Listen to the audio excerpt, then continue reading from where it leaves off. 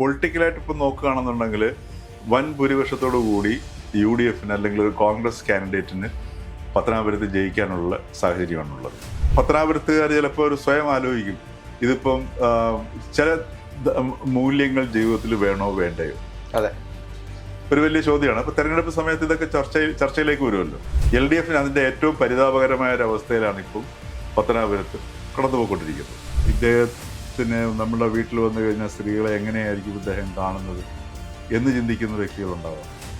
പക്ഷേ ജ്യോതികുമാറിന് ആ ഒരു വശം വളരെ അനുകൂലമായ NSSും കൈയിട്ട ഒരു അവസ്ഥയാണ് ഇപ്പോൾ അദ്ദേഹം പൊക്കോണ്ടിരിക്കുന്നത്. അത് കൃത്യമായിട്ട് രാഷ്ട്രീയപരമായിട്ട് അദ്ദേഹത്തിന് ബാധിക്കത്തില്ലേ? അതും ബാധിക്കും. പിന്നെ ജ്യോതികുമാർ ചാമക്കാലയുടെ ഇത് പറയുന്ന സമയത്ത് ഈ കഴിഞ്ഞ 5 വർഷമായിട്ട് ഈ മണ്ഡലത്തിൽ നിന്ന് പ്രവർത്തിക്കുന്നു എന്നുള്ളൊരു ബോധ്യം അറിയാതെ ജനങ്ങളുടെ ഉള്ളിലേക്ക് പോകും. സർ, പത്തനാപുരം മണ്ഡലം എനിക്ക് തോന്നുന്നു ഉമ്മൻചാണ്ടിയുടെ പേരിൽ, മരണപ്പെട്ടുപോയ ഉമ്മൻചാണ്ടിയുടെ പേരിൽ കോൺഗ്രസ് കൃത്യമായിട്ട് ഒരു സ്ട്രാറ്റജി പ്ലാൻ ചെയ്തുകൊണ്ടിരുന്ന ഒരു മണ്ഡലമാണ്. ഒരു സ്റ്റാർ മണ്ഡലം എന്ന് വേണമെങ്കിൽ പറയാം. കാരണം KV ഗണേഷ് കുമാറാണ് ഓപ്പോസിറ്റ് മത്സരിക്കുന്നത്. നിലവിൽ ഗതാഗത മന്ത്രിയാണ്. ഒരു സ്റ്റാൻഡ് കാൻഡിഡേറ്റ് മത്സരിക്കുന്ന ഒരു മണ്ഡലമാണ് പത്തനാപുരം എന്ന് പറയുന്നത്. യഥാർത്ഥത്തിൽ പത്തനാപുരത്തിന്റെ ഒരു വിജയം എങ്ങനെയായിരിക്കും ഇനി വരാൻ പോകുന്ന നിയമസഭാ തെരഞ്ഞെടുപ്പിൽ? പത്തനാപുരത്തിന്റെ പൊളിറ്റിക്കലായിട്ട് നമ്മൾ നോക്കുകയാണെങ്കിൽ ഇപ്പം നിലവിലുള്ള എല്ലാ സാഹചര്യങ്ങളും, ഇപ്പം നമ്മൾ കഴിഞ്ഞ പാർലമെന്റ് തെരഞ്ഞെടുപ്പ് എടുത്തു നോക്കിയാലും തദ്ദേശം എടുത്തു നോക്കിക്കഴിഞ്ഞാലും ഏറ്റവും പ്രകടമായ രീതിയിൽ വളരെയധികം മുൻതൂക്കം UDF കോൺഗ്രസ് നേടിയിരിക്കുന്നുള്ളതാണ്. ഉദാഹരണത്തിന് തദ്ദേശം ഒക്കെ ആണെന്നുണ്ടെങ്കിൽ അവിടുത്തെ എത്ര പഞ്ചായത്തുകളാണ്? 8 പഞ്ചായത്തുകളിൽ 6 UDF നേടി, 2 LDF നേടി. അതേപോലെ തന്നെ ബ്ലോക്കിലാണെങ്കിൽ ബ്ലോക്കും UDF പിടിച്ചെടുത്തു. അതേപോലെ ജില്ലാ പഞ്ചായത്ത് 3 സീറ്റുള്ളതിൽ 2 UDF എടുത്തു. അതിനകത്ത് തലവൂർ എന്ന് പറയുന്നത് വളരെ CPM ചരിത്രത്തിൽ ആദ്യമായിട്ടാണ് ശക്തി കേന്ദ്രങ്ങളായിട്ടുള്ള സ്ഥലമാണ്. അതൊക്കെ എടുക്കുന്നു. അതേപോലെ തന്നെ പഞ്ചായത്തിലേക്ക് വരികയാണെങ്കിൽ പത്തനാപുരം പഞ്ചായത്ത് ചരിത്രത്തിൽ ആദ്യമായിട്ടാണ് കോൺഗ്രസ് അധികാരത്തിലേക്ക് വരുന്നത്. അപ്പോ അങ്ങനെ കുറെ വിഷയങ്ങൾ. അപ്പൊ പൊളിറ്റിക്കലായിട്ട് ഇപ്പൊ നോക്കുകയാണെന്നുണ്ടെങ്കിൽ വൻ ഭൂരിപക്ഷത്തോടു കൂടി UDF അല്ലെങ്കിൽ ഒരു കോൺഗ്രസ് കാൻഡിഡേറ്റിന് പത്തനാപുരത്ത് ജയിക്കാനുള്ള സാഹചര്യമാണുള്ളത്. പക്ഷെ അവിടെ എപ്പോഴും പറയുന്ന മറ്റൊരു കാര്യം, ഗണേഷ് കുമാറാണ് മത്സരിക്കുന്നത്. അവിടെയാണ്, അതാണ് പ്രശ്നം. അപ്പോൾ പൊളിറ്റിക്കലായിട്ടാണ് പറഞ്ഞത്. പൊളിറ്റിക്കലായിട്ട് ഇപ്പോൾ നമ്മുടെ മുമ്പിലുള്ള ഡീറ്റെയിൽസ് വെച്ച് നോക്കുന്ന സമയത്ത്, ഉദാഹരണത്തിന് കഴിഞ്ഞ പിന്നെ പാർലമെന്റ് തെരഞ്ഞെടുപ്പിൽ 2014 19 ഇങ്ങനെ എടുത്ത് നോക്കിക്കഴിഞ്ഞാൽ നമ്മൾ കാണുന്നത്, ഇപ്പോൾ ഗണേഷ് കുമാർ ഇപ്പോൾ 2016 തെരഞ്ഞെടുപ്പിൽ ഗണേഷ് കുമാർ 24,562 വോട്ടിൻ്റെ ഭൂരിപക്ഷത്തിലാണ് അവിടെ ജയിക്കുന്നത്. എന്നാൽ 2021 അസംബ്ലി ഇലക്ഷൻ വന്ന സമയത്ത് ജ്യോതികുമാർ ചാമക്കാലയോടെ മത്സരിക്കുന്നു. ഗണേഷ് കുമാറിൻ്റെ ഭൂരിപക്ഷത്തിൽ 10,000-ലേറെ വോട്ടിൻ്റെ ഭൂരിപക്ഷം കുറഞ്ഞ് 14,000 വോട്ടിൻ്റെ ഭൂരിപക്ഷത്തിലാണ് ഗണേഷ് കുമാർ അവിടെ ജയിക്കുന്നത്. അപ്പോൾ അവിടെ ഇപ്പം ജയിക്കാനുള്ള സാധ്യത എന്ന് പറയുന്നത് നിലവിൽ പൊളിറ്റിക്കൽ റീസൺസ് വളരെ കുറവാണ്. LDF അതിൻ്റെ ഏറ്റവും പരിതാപകരമായ ഒരു അവസ്ഥയിലാണ് ഇപ്പം പത്തനാപുരത്ത് കടന്നുപോയിക്കൊണ്ടിരിക്കുന്നത്. ഇനി അവിടെ ജയിക്കാനുള്ള ഏക സാധ്യത ഗണേഷ് കുമാറിൻ്റെ വ്യക്തിപരമായിട്ടുള്ള കരിസ്മയും വ്യക്തിപരമായിട്ടുള്ള ഈ പറഞ്ഞതുപോലെ താരപദവിയും അദ്ദേഹത്തിൻ്റെ ഗതാഗത വകുപ്പ് മന്ത്രിയായിട്ടുള്ള പ്രവർത്തനങ്ങളും, പിന്നെ അദ്ദേഹത്തിൻ്റെ ചില ഈ പറഞ്ഞതുപോലെ ജനങ്ങളുമായിട്ട് കമ്മ്യൂണിക്കേറ്റ് ചെയ്യുന്ന, കാരണം എൻ്റെ ജനങ്ങളാണ് എന്ന് പറയുന്നത് എൻ്റെ വീട്ടുകാരെ പോലെ ഒക്കെ അദ്ദേഹത്തിൻ്റെ സംഭാഷണ രീതികളുണ്ട്. ആ രീതികളൊക്കെ ഈ പറഞ്ഞതുപോലെ പത്തനാപുരത്തുകാരെയൊക്കെ കയ്യിലെടുക്കാൻ പറ്റുന്ന രീതിയിലുള്ള സംഗതികളാണ്. അതോടൊപ്പം തന്നെ കുറേ വികസന പ്രവർത്തനങ്ങൾ അദ്ദേഹം ഇവിടെ കൊണ്ടുവന്നിട്ടുണ്ട്. അത് നമ്മൾ കളയാതിരിക്കാൻ പറ്റത്തില്ല. അപ്പോൾ അങ്ങനെയൊക്കെയുള്ള ഒരുപാട് ഘടകങ്ങൾ ഗണേഷ് കുമാറിൻ്റെ താരപദവിക്ക് അല്ലെങ്കിൽ ഗണേഷ് കുമാറിന് അനുകൂലമായിട്ട് നിൽക്കുന്നുണ്ട്. അതോടൊപ്പം തന്നെ ഇപ്പോൾ പത്തനാപുരത്തുകാർക്ക് ഒരു വലിയൊരു വെല്ലുവിളി നേരിടുകയാണ് ചെയ്യുന്നത്. അതായത് പത്തനാപുരത്തുകാർ ചിലപ്പോൾ ഒരു സ്വയം ആലോചിക്കും, ഇതിപ്പം ചില മൂല്യങ്ങൾ ജീവിതത്തിൽ വേണോ വേണ്ടയോ. അതെ, ഒരു വലിയ ചോദ്യമാണ്. അപ്പോൾ തെരഞ്ഞെടുപ്പ് സമയത്ത് ഇതൊക്കെ ചർച്ചയിലേക്ക് വരുമല്ലോ. ഇപ്പോൾ ഇത് നിങ്ങൾ ഇവിടുത്തെ പത്തനാപുരത്തുകാർ, അവിടെ ഈ ഒരു നല്ല പ്രചരണം നടക്കുകയാണ്. പത്തനാപുരത്തുകാർ നിങ്ങളുടെ മൂല്യം, നിങ്ങളുടെ ജീവിത മൂല്യം, നിങ്ങളുടെ ധാർമ്മികത ഒക്കെ അതും കൂടെ പരീക്ഷിക്കുന്ന ഒരു തെരഞ്ഞെടുപ്പാണ് ഈ പത്തനാപുരത്തെ ജനങ്ങളുടെ മൂല്യം കൂടെ മനസ്സിലാക്കാൻ കഴിയുക. നിങ്ങൾ എന്ത് മൂല്യമാണ് കൊടുക്കാൻ ഉദ്ദേശിക്കുന്നത്? ഇപ്പൊ പുറമേ ഉള്ളൊരു ജില്ലക്കാരൻ പത്തനാപുരത്തേക്ക് നോക്കുകയാണെങ്കിൽ പത്തനാപുരത്തെ ജനങ്ങളുടെ ഒരു ചില മൂല്യങ്ങളോടുള്ള അവരുടെ കമ്മിറ്റ്മെൻ്റ് എന്താണ്, അവരുടെ സമീപനം എന്താണ് എന്നുള്ളതും കൂടെ അളക്കുന്നതായിരിക്കും ഈ വരുന്ന തെരഞ്ഞെടുപ്പ് എന്ന് പറയുമ്പോഴത്തേക്ക് പത്തനാപുരത്തെ വോട്ടർമാരൊന്നും ചിലപ്പോൾ ചിന്തിച്ചുകൂടായില്ല അല്ലേ? അതെ. ഇപ്പോൾ ഉദാഹരണത്തിന് ഇപ്പം ചിലർ പറയുകയാണ്, ഇപ്പം ഒരു പെൺകുട്ടിയുടെയോ അല്ലെങ്കിൽ ചെറുക്കൻ്റെയോ ഒക്കെ ഒരു ആലോചന വരുന്നിരിക്കുന്നു. പത്തനാപുരത്ത് നിന്നാണ് എന്ന് പറയുമ്പോഴത്തേക്ക് പെട്ടെന്ന് ആരെങ്കിലും ചോദിക്കുമോ പത്തനാപുരത്താണോ?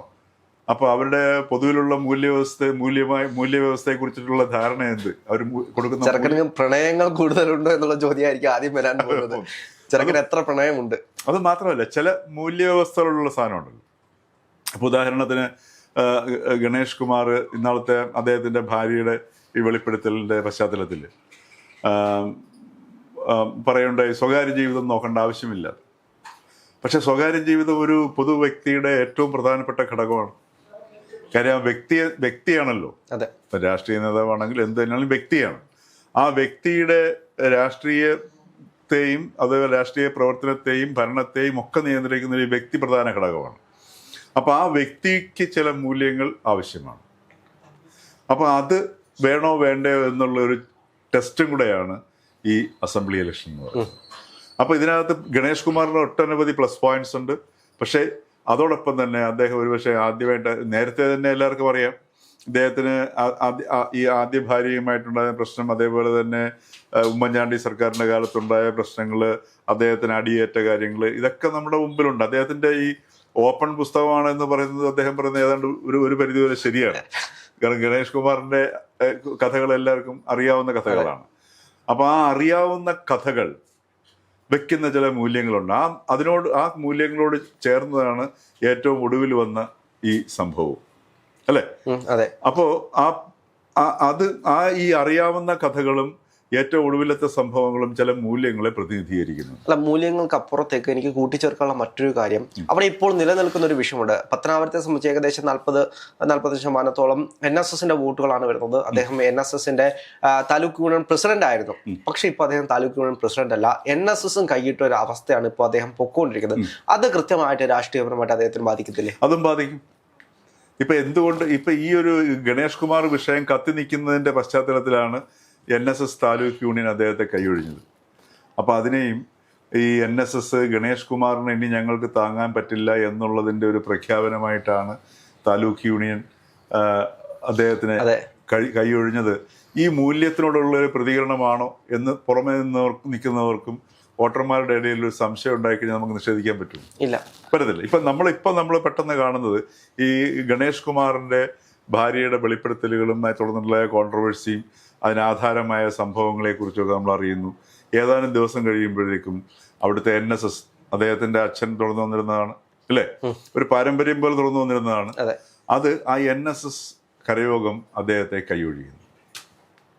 അപ്പോൾ അതും നമ്മൾ സാധാരണ ജനങ്ങൾ നമ്മളിതൊക്കെ വാച്ച് ചെയ്യുന്നത് ഇതുമായിട്ട് ബന്ധപ്പെടുത്തിയിട്ടാണ് കാണുന്നത്. അപ്പം പത്തനാപുരം മണ്ഡലത്തിൽ നിന്ന് ഗണേഷ് കുമാർ എന്ന വ്യക്തിയോട് ചില പ്രതികരണങ്ങൾ പത്തനാപുരം മണ്ഡലത്തിൽ നിന്ന് ഉണ്ടാവുന്നു എന്നുള്ളത് മനസ്സിലാക്കേണ്ടതുണ്ട്.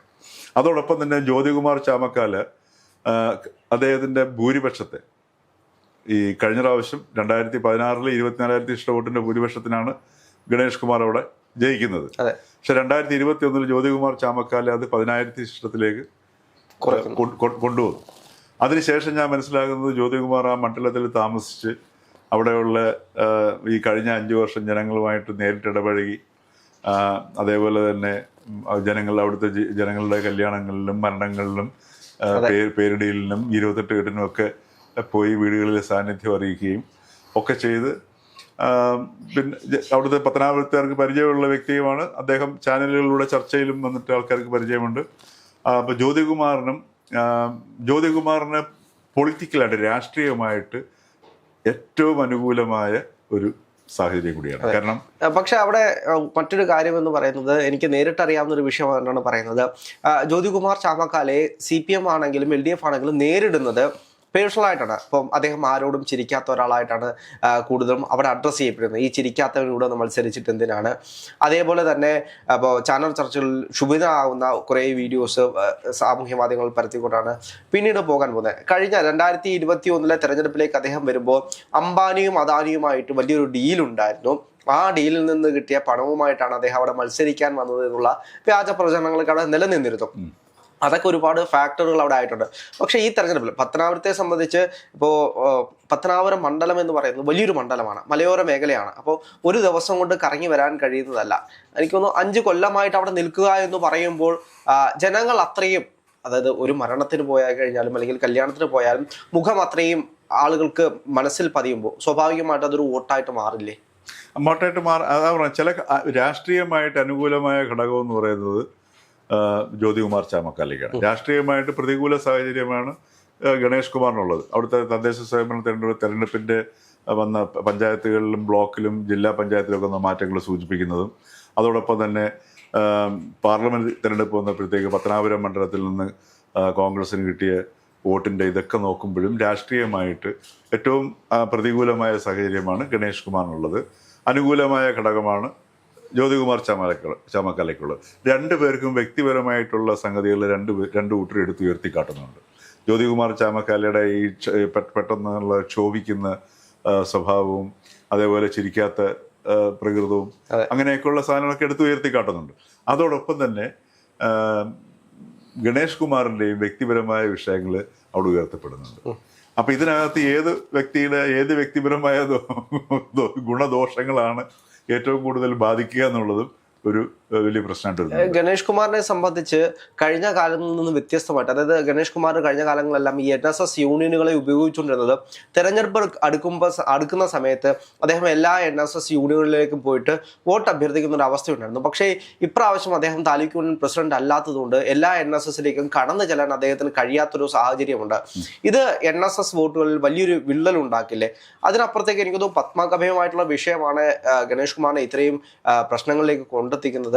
അതുകൂടാതെ തന്നെ ഇപ്പോൾ നമുക്കറിയാം അഡോ കമ്മിറ്റിയാണ് NSS അവിടെ ഇപ്പോൾ ഭരിക്കുന്ന ഒരു സാഹചര്യം. NSSന്റെ വോട്ട് ഷെയർ കൊണ്ടാണ് ഗണേഷ് കുമാർ അവിടെ വിജയിക്കുന്നത് എന്നുള്ള പേരുദോഷം കഴിഞ്ഞ കാലങ്ങളിലെല്ലാം ഉണ്ടായിരുന്നു. ഒരു NSS പ്രതിനിധിയായിട്ടാണ് ഗണേഷ് കുമാറിനെ പലപ്പോഴും അവിടെയുള്ള ആളുകൾ കണ്ടിരുന്നത്. ഇനി വരാൻ പോകുന്ന തെരഞ്ഞെടുപ്പില് ചെറിയൊരു ഭൂരിപക്ഷത്തിലായിരിക്കുമോ വിജയിക്കാൻ പോവുകയാണെങ്കിൽ, ജ്യോതികുമാർ ചാമക്കാല വിജയിക്കുകയാണെങ്കിൽ ചെറിയൊരു ഭൂരിപക്ഷമായിരിക്കുമോ അതോ വലിയൊരു ഭൂരിപക്ഷത്തിലേക്ക് അദ്ദേഹത്തിന് പോകാൻ കഴിയുമോ? അദ്ദേഹം ജയിക്കാനായിട്ട് നന്നായിട്ട് കഷ്ടപ്പെടേണ്ടി വരും. ജയിക്കുകയാണെന്നുണ്ടെങ്കിൽ നേരിയ ഭൂരിപക്ഷത്തിനെ ജയിക്കാൻ സാധ്യതയുള്ളൂ. അതൊരു സംശയമില്ലാത്ത കാര്യമാണ്. അത് ഞാൻ പറയുന്നത് നല്ല അതിശക്തമായ മത്സരമായിരിക്കും നടക്കാൻ പോകുന്നത്. ഗണേഷ് കുമാറിന് ഒട്ടനവധി പ്ലസ് പോയിന്റ്സ് ഉണ്ട്. അപ്പം അദ്ദേഹത്തിന് മണ്ഡലത്തിലെ പൊതുവെയുള്ളൊരു വികസന കാര്യങ്ങളും സ്കൂളുകൾ മെച്ചപ്പെടുത്തിയതും ബസിൻ്റെ നല്ല മന്ത്രി എന്നുള്ളത് പേരെടുത്തതും അദ്ദേഹത്തിന് ജനങ്ങളുടെ കമ്മ്യൂണിക്കേഷനും ഇത്രയും നാളത്തെ കഴിഞ്ഞ 4 നൂറ്റാണ്ടായിട്ടുള്ള ബന്ധങ്ങളുണ്ട്. അതെ, പക്ഷെ അതൊരു വിഷയമല്ല. അതായത് 25 കൊല്ലമായിട്ട് ഒരാൾ ഒരു MLA ആയി തുടരുന്ന സാഹചര്യത്തിൽ അതും 25 കൊല്ലവും ഭരണത്തിന്റെ കൂടെ തന്നെയായിരുന്നു അദ്ദേഹം ഉണ്ടായിരുന്നത്. എന്നിട്ടും അവിടെ ഇത്രയേറെ വികസനങ്ങൾ മാത്രമേ നടപ്പാക്കാൻ കഴിയുമോ എന്നൊരു ചോദ്യം ഉടവാക്കിയല്ലേ? അതുകൊണ്ട് എങ്കിൽ പോലും ഞാൻ പറഞ്ഞത് അദ്ദേഹത്തിന് എടുത്തു കാണിക്കാൻ പറ്റുന്ന സംഗതികളുണ്ട്. പിന്നെ ഈ ജ്യോതികുമാർ ചാമക്കാലയുടെ ഇത് പറയുന്ന സമയത്ത് ഈ കഴിഞ്ഞ 5 വർഷമായിട്ട് ഈ മണ്ഡലത്തിൽ നിന്ന് പ്രവർത്തിക്കുന്നു എന്നുള്ളൊരു ബോധ്യം അറിയാതെ ജനങ്ങളുടെ ഉള്ളിലേക്ക് പോകും. ജ്യോതികുമാറിൻ്റെ ചില പ്ലസ് പോയിന്റ്സിൽ ഞാൻ പറയുക. അപ്പോൾ അദ്ദേഹം ഈ രണ്ടായാലും ഈ തെരഞ്ഞെടുപ്പിൽ ജയിക്കാൻ കച്ചകെട്ടി കഴിഞ്ഞ 5 വർഷമായിട്ട് പ്രവർത്തിക്കുകയാണ് എന്നൊരു ബോധം അറിയാതെ അബോധമായിട്ട് ആൾക്കാരുടെ ഉള്ളിലുണ്ടാവും. അതും ജ്യോതികുമാറിന് വലിയൊരു അനുകൂല ഘടകമാണ്.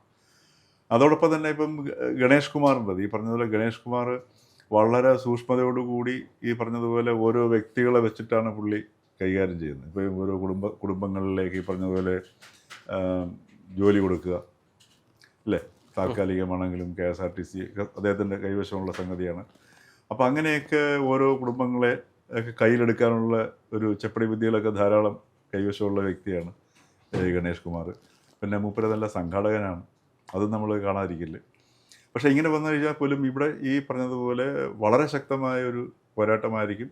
കാരണം വളരെയധികം രാഷ്ട്രീയമായ അനുകൂലമായ ഘടകമുള്ള ഒരു തെരഞ്ഞെടുപ്പാണ് ഈ UDF വന്നിരിക്കുന്നത്. ജ്യോതികുമാർ കഴിഞ്ഞ 5 വർഷമായിട്ട് അവിടെ നിൽക്കുന്നുണ്ട്. പിന്നെ അദ്ദേഹത്തിനെതിരെ ഈ പറഞ്ഞതുപോലെ മറ്റു പല ആരോപണങ്ങളൊന്നും ഉന്നയിക്കാൻ പറ്റില്ല. ഇപ്പോൾ ഉദാഹരണത്തിന് എന്തുകൊണ്ടാണ് ക്ഷുഭിതമാകുന്ന കാസറ്റുകളും വീഡിയോ ദൃശ്യങ്ങൾ കാണിക്കുന്നത്, അദ്ദേഹം ചിരിക്കാത്ത എന്തുകൊണ്ട് കാണിക്കുന്നു എന്ന് പറഞ്ഞാൽ മറ്റു പലതും കാണിക്കാനില്ലാത്തത് കൊണ്ട് ഇത് കാണിക്കുകയാണെന്ന് പറഞ്ഞാൽ വളരെ ഈസി ആയിട്ട് ഇത് കൗണ്ടർ ചെയ്യാവുന്നേ ഉള്ളൂ. പക്ഷേ അതേസമയത്ത് വ്യക്തിപരമായിട്ട് ഗണേഷിനെ കുറിച്ച് എന്തെങ്കിലും ഇതുപോലെ ആരോപണം ഉന്നയിച്ചു കഴിഞ്ഞാൽ അതിന് മറുപടി പറയാൻ വലിയ ബുദ്ധിമുട്ട് ഗണേഷ് കുമാർ. അദ്ദേഹത്തിന്റെ 5000 പ്രണയങ്ങൾ ഇപ്പോ ഗാന്ധിജിയോടും നെഹ്റുവിനോടും പുനത്തിൽ കുഞ്ഞബ്ദുള്ളയോടും അങ്ങനെ തുടങ്ങി നിരവധി ആളുകളുള്ള പ്രണയം, അല്ലെങ്കിൽ അവരെ താരതമ്യം ചെയ്തിട്ടുള്ള പ്രണയം. അല്ല, അതിനകത്തൊരു വലിയൊരു പ്രശ്നം വന്നിരിക്കുന്നത് അന്നത്തെ ഗണേഷ് കുമാർ എന്തൊക്കെ തന്നെയാണെങ്കിലും അദ്ദേഹം ഒരു മനുഷ്യൻ തന്നെയാണ്. സ്വാഭാവികമായിട്ടും കേരളത്തിലൊരു മന്ത്രി, അറിയപ്പെടുന്ന വ്യക്തി, സിനിമാ താരം, ഇങ്ങനെയൊക്കെയുള്ള ഒരു വ്യക്തിയെക്കുറിച്ച് പെട്ടെന്ന് ഭാര്യ വീണ്ടും ഇങ്ങനെ ഒരു ആരോപണം ഉന്നയിച്ചു വരുമ്പോൾ അയാളുടെ ഉള്ളിലൊരു മനുഷ്യൻ്റെതായിട്ടുള്ളൊരു മനസ്സുണ്ടല്ലോ. അപ്പോൾ ഒന്ന് പുറത്ത് ചിരിക്കുന്നുണ്ടെങ്കിലും അകത്തൊരു വല്ലാത്ത പതർച്ച നേരിടുന്നുണ്ട്. അപ്പോൾ അതുകൊണ്ടാണ് ഈ പറഞ്ഞതുപോലെ ഗാന്ധിജിയെക്കുറിച്ചും നെഹ്റുവിനെക്കുറിച്ചും അതുപോലെ മാധവിക്കുട്ടിയെക്കുറിച്ചും പുനത്തിൽ കുഞ്ഞബ്ദുള്ളയെക്കുറിച്ചൊക്കെ പറയുന്നത്. അപ്പോൾ അതിനകത്ത് പുള്ളിക്ക് വലിയൊരു അബദ്ധം എന്ന് പറഞ്ഞു കഴിഞ്ഞാൽ പുള്ളിക്കെതിരെ വ്യക്തിപരമായ ജീവിതത്തിലേക്ക് നിങ്ങൾ നോക്കണ്ടെന്ന് പറയുന്നു. എന്നിട്ടാണ് ഇത് പറയുന്നത്. ഇത് പറയുമ്പോൾ സ്വാഭാവികമായിട്ടും ഇദ്ദേഹത്തിനെതിരെ ഇദ്ദേഹത്തിൻ്റെ ഭാര്യ ഉന്നയിച്ച ആരോപണത്തിനെ പരോക്ഷമായി അംഗീകരിക്കുന്ന ഒരു സംഗതിയാണത്. ഇത് ജനങ്ങളുടെ ഉള്ളിൽ അബോധമായിട്ട് വീഴും. കാര്യം ഈ 5000 പേരോട്ട് പ്രണയമുണ്ട്, എനിക്ക് പ്രണയമുണ്ട്. അപ്പോൾ അദ്ദേഹത്തിൻ്റെ കൊട്ടാരക്കരയിലെ വീട്ടിൽ അദ്ദേഹം പ്രണയത്തിൽ ഏർപ്പെട്ടുകൊണ്ടിരുന്ന സമയത്താണ് ഭാര്യ വന്ന് പടമെടുത്തത് എന്നുള്ളൊരു ധാരണ അതിൽ നിന്ന് പുറത്തു വന്നു. അപ്പോൾ അതിനെ ആക്സെപ്റ്റ് ചെയ്യുന്നതായിട്ടൊരു സംഗതി വരുന്നത്, ഇത് വലിയ പ്രധാനപ്പെട്ട ഘടകമാണ്. അപ്പോൾ ഇതൊക്കെ ഈ പത്തനാപുരംകാർ അവരുടെ ഉള്ളിൽ അവരെയും സ്വാധീനിക്കും. ഇത് അതല്ലവോ, പക്ഷെ ചില ആൾക്കാരെ അയാൾ സിനിമാക്കാരനല്ലേ, ആൺകുട്ടിയല്ലേ എന്നൊക്കെ ചിന്തിക്കുന്ന ചിലരും ഉണ്ടായെന്നിരിക്കാം. പക്ഷെ ചിലർ ഈ രീതിയിൽ ചിന്തിച്ചു തുടങ്ങിയാൽ അത് ഗണേഷ് കുമാറിന് വളരെ കുടുംബങ്ങൾ കൈകാര്യം ചെയ്യുന്ന ആളുകൾ അത് കൃത്യമായിട്ട് അനലൈസ് ചെയ്യും. കാരണം ഇന്നത്തെ കാലഘട്ടം എന്ന് പറയുന്നത് പൊളിറ്റിക്കൽ ഇൻകറക്ട്നെസ് അത്രയും നോക്കുന്ന ആളുകളാണ് പലപ്പോഴും ഉള്ളത്. അല്ലെങ്കിൽ കൃത്യമായിട്ട് ജീവിതത്തിൽ ഇത്തരത്തിലുള്ള വിഷയങ്ങൾ വരുമ്പോൾ അതിനെ കൃത്യമായിട്ട് കുറ്റപ്പെടുത്തുന്ന ആളുകളാണ്. അപ്പം സ്വയം ജീവിതത്തിലേക്ക് അങ്ങനെ ഒരു വിഷയം വരുന്ന സാഹചര്യത്തിൽ അറിയാവുന്ന ഒരാൾക്ക് വേണ്ടി അത് മാറ്റി വെച്ച് കഴിഞ്ഞാൽ ആ മൂല്യബോധങ്ങൾ അവിടെ ഇല്ലാതാവുകയാണ്. അങ്ങ് ആദ്യം പറഞ്ഞതുപോലെ തന്നെ മൂല്യബോധങ്ങൾ ചിന്തിക്കുന്ന കുറേയേറെ മനുഷ്യർ അവിടെ ഉണ്ടാകും. അവരും ഇതിലൊരു ഫാക്ടർ ആയിരിക്കും വരാൻ പോകുന്ന തെരഞ്ഞെടുപ്പിൽ. തീർച്ചയായിട്ടും അതാണ് ഈ പറഞ്ഞ പോലെ, ഇപ്പം നേരത്തെ രാഹുൽ പറഞ്ഞതുപോലെ വ്യക്തിപരമായ വിഷയങ്ങൾ, വ്യക്തിയുടെ മൂല്യവും പൊതുജീവിതവും തമ്മിലുള്ളൊരു മാറ്റുരപ്പിൻ്റെ തെരഞ്ഞെടുപ്പ് കൂടിയായിരിക്കും പത്തനാപുരം അസംബ്ലി തെരഞ്ഞെടുപ്പ്. എന്താണെങ്കിലും പത്തനാപുരത്ത് തീവാറും UDF അനുകൂലമായിട്ടുള്ളൊരു സാഹചര്യമാണുള്ളത്. എന്താണെങ്കിലും നമുക്ക് തെരഞ്ഞെടുപ്പിന് ശേഷം നോക്കിക്കാണാം. തീർച്ചയായിട്ടും നല്ല മത്സരം തന്നെയായിരിക്കും. ഗണേഷ് കുമാർ ഈ പറഞ്ഞതുപോലെ അങ്ങനെ തെരഞ്ഞെടുപ്പ് രംഗത്ത് മോശക്കാരനൊന്നുമല്ല.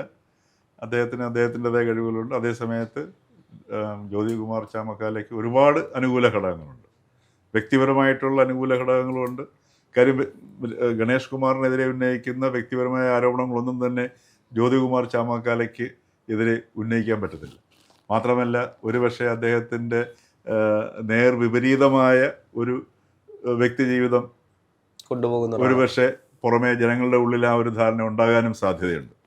ഇപ്പോൾ ഉദാഹരണത്തിന് ജ്യോതികുമാർ ചാമക്കാല ഒരു വീട്ടിലേക്ക് വന്ന് കയറുമ്പോൾ ഉണ്ടാകുന്ന ഒരു വീട്ടിലുള്ള അംഗങ്ങളുടെ, അവിടുത്തെ സ്ത്രീകളുടെ ഒരു മാനസികാവസ്ഥയും ഗണേഷ് കുമാർ വന്ന് കയറുമ്പോൾ ഉണ്ടാകുന്ന മാനസികാവസ്ഥയും രണ്ടും രണ്ടായിരിക്കും.